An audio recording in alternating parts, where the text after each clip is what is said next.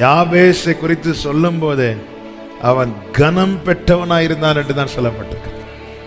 ஆமென். உலகம் கொடுத்த அடையாளம் கீழே தான், அவர் கொடுக்கிற அடையாளம் தான் மேல. ஆமென். நாளை இன்னைக்கு நீங்க எப்படி அறியப்படுறீங்கன்னு தெரியாது, ஆனா நாளை ஆமென் அடுத்த தலைமுறை எப்படி சொல்லும் தெரியுமா?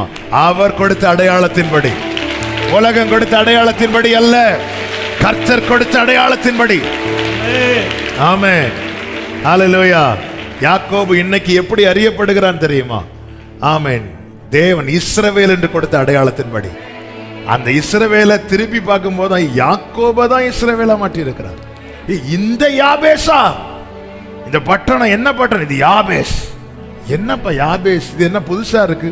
இந்த யாபேஷை தான் இவங்க அம்மா பிறக்கும் போது இப்படி சொன்னாங்க. அவனுக்கு எதுவுமே இல்லை, ஆனா அவன் அங்க பார்த்துட்டான், அவரால் இப்போ